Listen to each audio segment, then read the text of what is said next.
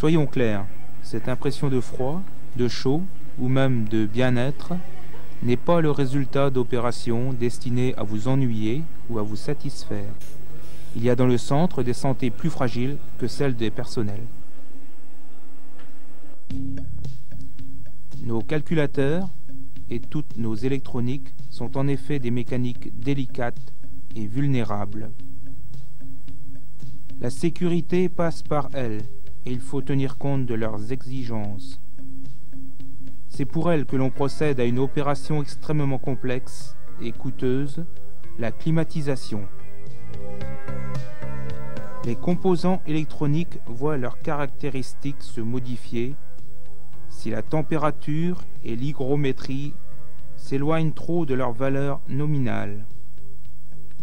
Ces deux paramètres doivent en permanence se trouver dans des fourchettes précises. La température entre 17 et 25 degrés, l'hygrométrie entre 30 et 60%. De plus, la température ne doit pas varier de plus de 5 degrés par heure. Pour concilier ces données avec un confort relatif du personnel, deux valeurs sont retenues et maintenues en permanence. En salle de contrôle, elles sont de 22 degrés pour la température et de 50% pour l'humidité. En salle informatique, ces températures sont légèrement plus basses. C'est par une circulation d'air préparée que l'on maintient les conditions précitées.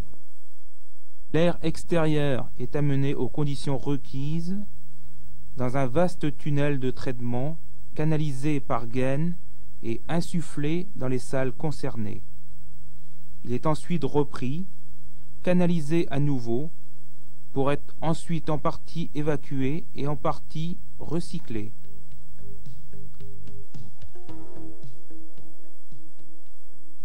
Température extérieure et hygrométrie varient notablement. L'air extrait des locaux n'est pas complètement vicié, malgré la constance mise par certains à le détruire.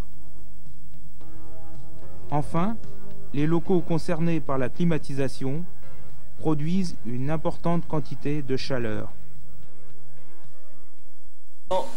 Le système de climatisation du CERENA Ouest tient compte de toutes ces données et à partir du matériel existant nous permet de maintenir en salle contrôle et salle technique une température de l'ordre de 21-22 degrés et 50%, et en salle informatique une température de 20 degrés et 55% en humidité à peu près.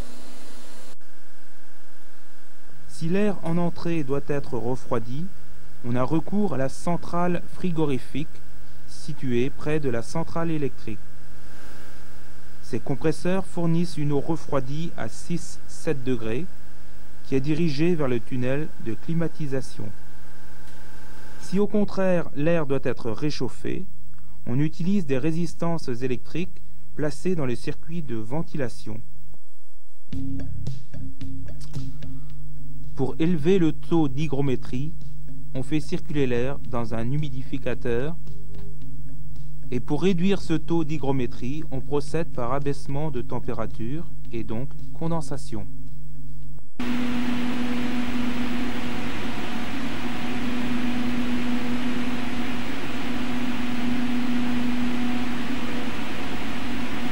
Je disais, l'air est propulsé par des ventilateurs très bruyants et pour en atténuer la nuisance, on a recours à des pièges à son. Ne confondez pas, on va faire une petite expérience.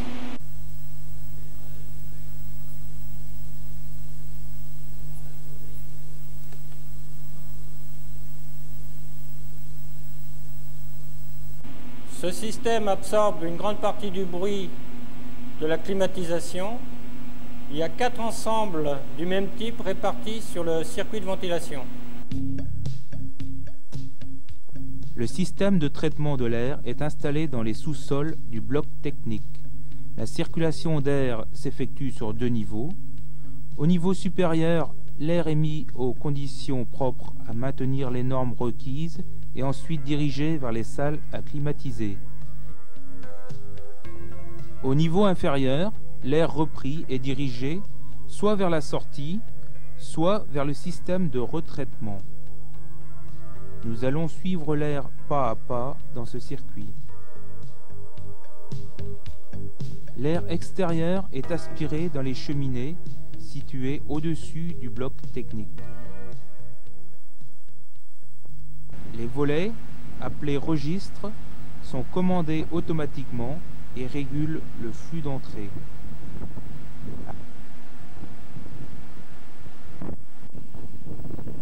Arrivé au sous-sol, l'air est dirigé dans le tunnel de climatisation. Il franchit d'abord un premier filtre à déroulement automatique qui le débarrasse des plus grosses impuretés, feuilles, insectes, poussière.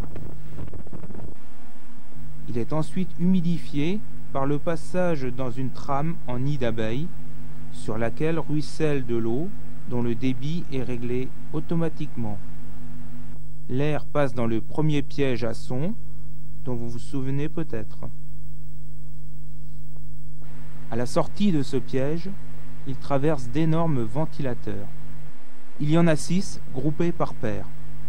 Après son passage dans les ventilateurs, l'air affronte encore des pièges à son et est propulsé sur les batteries froides. Ce sont des serpentins remplis d'une eau réfrigérée provenant de la centrale frigorifique. Rappelez-vous que le fonctionnement de ces batteries est commandé automatiquement. Elles peuvent en hiver être complètement inopérantes. L'air traverse ensuite des filtres à poche en fibre synthétique. Ce sont les derniers filtres avant l'insufflation.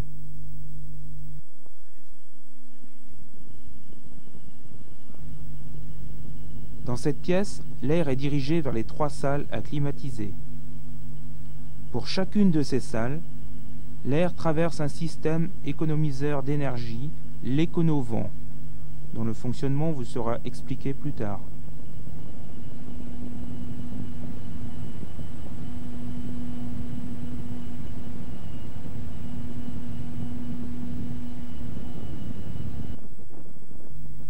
L'air est ensuite éventuellement réchauffé par des résistances électriques et conduit par des gaines vers les salles à climatiser.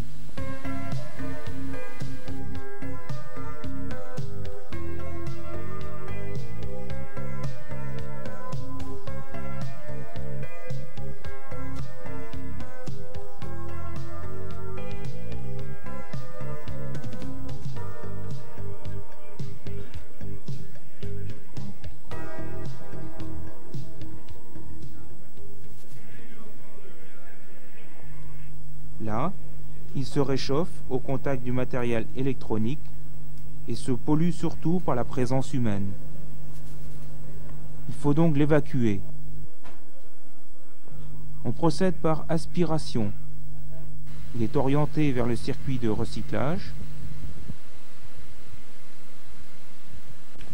Il aboutit au sous-sol de la climatisation et traverse la partie inférieure des éconovents. L'air à ce stade est chaud, il entre dans une portion de cylindre en rotation.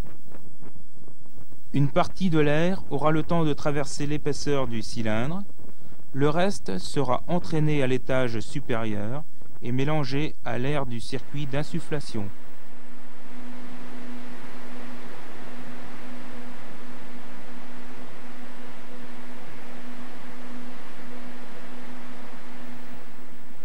Le mouvement de l'air est forcé vers la sortie par des ventilateurs encadrés de pièges à son. Une partie de l'air est rejetée vers l'extérieur, le reste est dirigé vers le circuit de recyclage. Ce sont des volets réglés automatiquement qui déterminent les débits. Le respect des normes requises est assuré par de multiples sondes réparties sur le circuit de climatisation. Ces sondes envoient leurs informations au tableau de commande.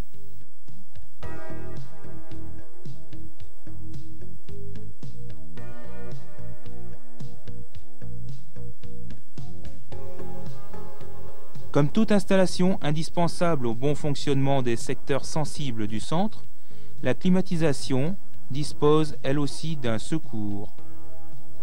La climatisation secours fonctionne sur le même principe que la climatisation principale. Compresseur, batterie froide humidificateur, résistance électrique, ventilateur. Mais hélas pour le personnel, seule la salle informatique est alimentée en cas de panne ou indisponibilité de la climatisation principale.